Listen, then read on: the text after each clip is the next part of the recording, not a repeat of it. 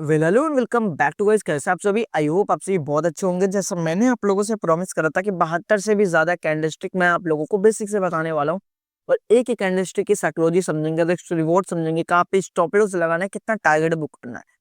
अगर आप लोग इंटरडे या पोजिशनल ट्रेड करते हो तो कौन सा टाइम फ्रेम पे करना है और वैल्यू को किस तरीके आइडेंटिफाई करना है, आज के इस वीडियो में हम लोग बहुत ज्यादा बेसिक में सीखने वाले हैं। तो प्लीज आप लोगों से रिक्वेस्ट है, वीडियो को लाइक और चैनल को सब्सक्राइब जरूर कर देना।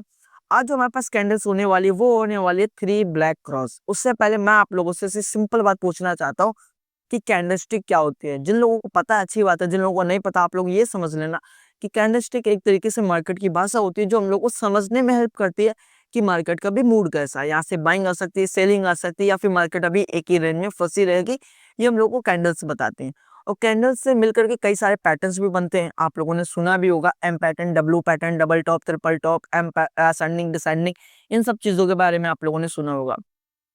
इसको कहीं पर भी हम लोग यूज भी कर सकते हैं, लाइक अपने फॉरेक्स, क्रिप्टो, अपने स्टॉक के अंदर या फिर किसी इंडेक्स के अंदर, कमोडिटीज, कहीं पर भी। तो आज जो हमारे पास कैंडल्स होने वाली वो होने वाली 3 ब्लैक क्रॉस। इसको हम लोग किस तरह आइडेंटिफाई करेंगे उसके बारे में हम लोग पहले बात करते हैं। ये 3 कैंडल से बन के हम लोगों को देखने के लिए मिलेगी। कहाँ पे देखने के लिए मिलेगी? ये हम लोगों को कई रेजिस्टेंस पे देखने के लिए मिलेगी। क्या फॉर्मेशन होगा, क्या गलतियां आप लोग ना करें, समझते हैं।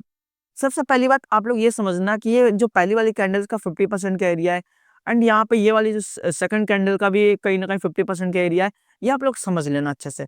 अब इसको हम लोग ये समझते हैं, इसमें कुछ कैंडल्स और होंगी। कौन कौन सी कैंडल्स होंगी इसके बारे में भी हम लोग बात करते हैं, कौन कौन सी कैंडल्स होंगी। सबसे पहली बात, ये कैंडल्स हो गई, ये दूसरी कैंडल्स हो गई, ये तीसरी कैंडल्स हो गई, ये चौथी हो गई, पांचवी हो गई एंड छठवीं हो गई, ये सातवीं हो गई एंड ये आठवीं हो गई। ठीक है।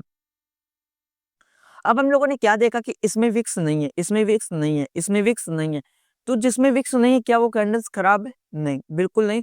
वो कैंडल का नाम है मेरू बाजू कैंडल। जिन लोगों को मेरू बाजू कैंडलस्टिक के बारे में नहीं पता, आप लोगों को रिक्वेस्ट है चैनल पे जाना। मेरू बाजू कैंडलस्टिक के बारे में मैंने डिटेल में बता रखा है। बुलिश मेरू बाजू, बेरिश मेरू बाजू किस तरीके काम करती है, क्या होती है, इन सब चीजों के बारे में। तो प्लीज आप लोगों से रिक्वेस्ट है, चैनल पर जाकर के देख जरूर लेना, जाकर के जो प्ले लिस्ट जरूर चेक कर लेना एक बार कैंडलस्टिक की। ठीक है।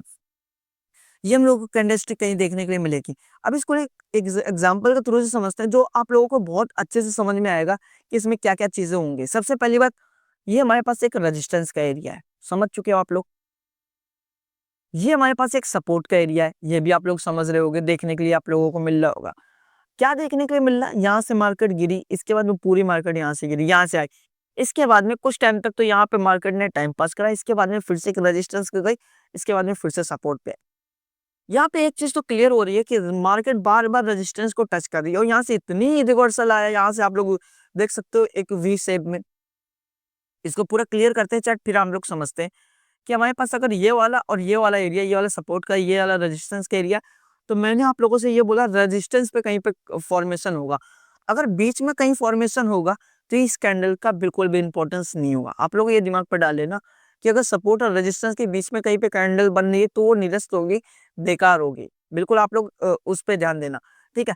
अब हम लोग क्या करेंगे, यहाँ इसके जस्ट ऊपर का स्टॉप लॉस लगाएंगे और इसके बाद में टारगेट जो रखेंगे, इसके बाद में टारगेट रखेंगे 1:2 का। अब आप लोग ये सोच रहे हो कि भाई स्टॉप लॉस बता दिया, टारगेट बता दिया, इसका लॉजिक क्या था? लॉजिक नहीं बताया। लॉजिक हम लोग समझते हैं।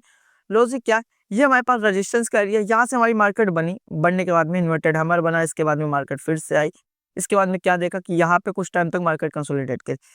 अब हम लोग समझते हैं ये मेन जो सपोर्ट है, ये वाला रेजिस्टेंस है, ये मेन सपोर्ट क्या है, यहाँ तक गई। कुछ लोगों को ये लग रहा होगा यहाँ पे ट्रेलिंग स्टॉप लॉस भी और ये लोग यूज करते होंगे।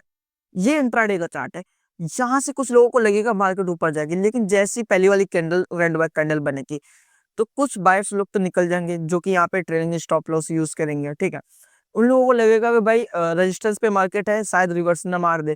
तो यहाँ पे जैसी सेकंड वाली कैंडल्स बनेगी हम लोग कंफर्मेशन मिल जाएगा कि अब हम लोग अपनी पोजीशन बनाने के लिए बिल्कुल तैयार रहेंगे कि भाई जैसे ही आ गए यहाँ से पूरे लोग निकल आए। जैसे यहाँ पे मार्केट है, यहाँ पे आने के बाद में यहाँ से कुछ बायर्स लोग निकल गए। अब हम लोग क्या बनाएंगे कि इस पूरे एरिया को हम लोग अपना पूरा एसएल बनाएंगे, पूरा स्टॉप लॉस बनाएंगे। एंट्री पॉइंट हम लोग यहाँ से बनाएंगे 1:1 होगा, ये वाला 1:1 है। अब हम लोग थोड़ा सा और समझते हैं ये वाला। जब ये वाला 1:1 है और हम लोग टारगेट रखते हैं तो यहाँ पे हम लोग को देखने के लिए मिलेगा टारगेट 2। यहाँ से 1:3 या 1:4 भी हम लोग को देखने के लिए मिलेगा। लेकिन रिस्क रिवॉर्ड के बारे में जो हम लोग बात करें वो आप लोगों को रखना है 1:2 स्टार्टिंग में।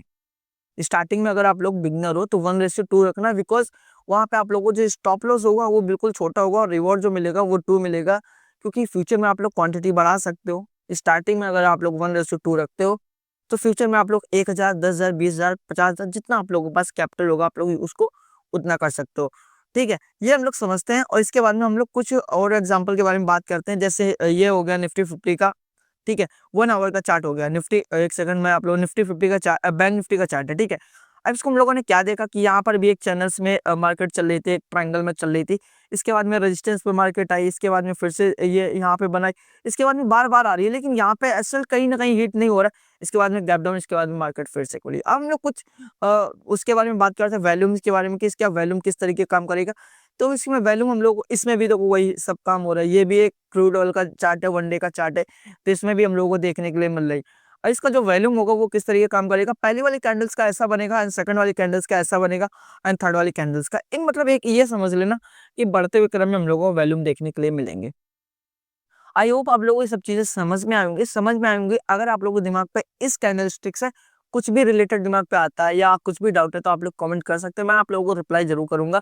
तो प्लीज यार वीडियो को लाइक और चैनल को सब्सक्राइब जरूर कर दें। मिलते हैं नेक्स्ट वीडियो में।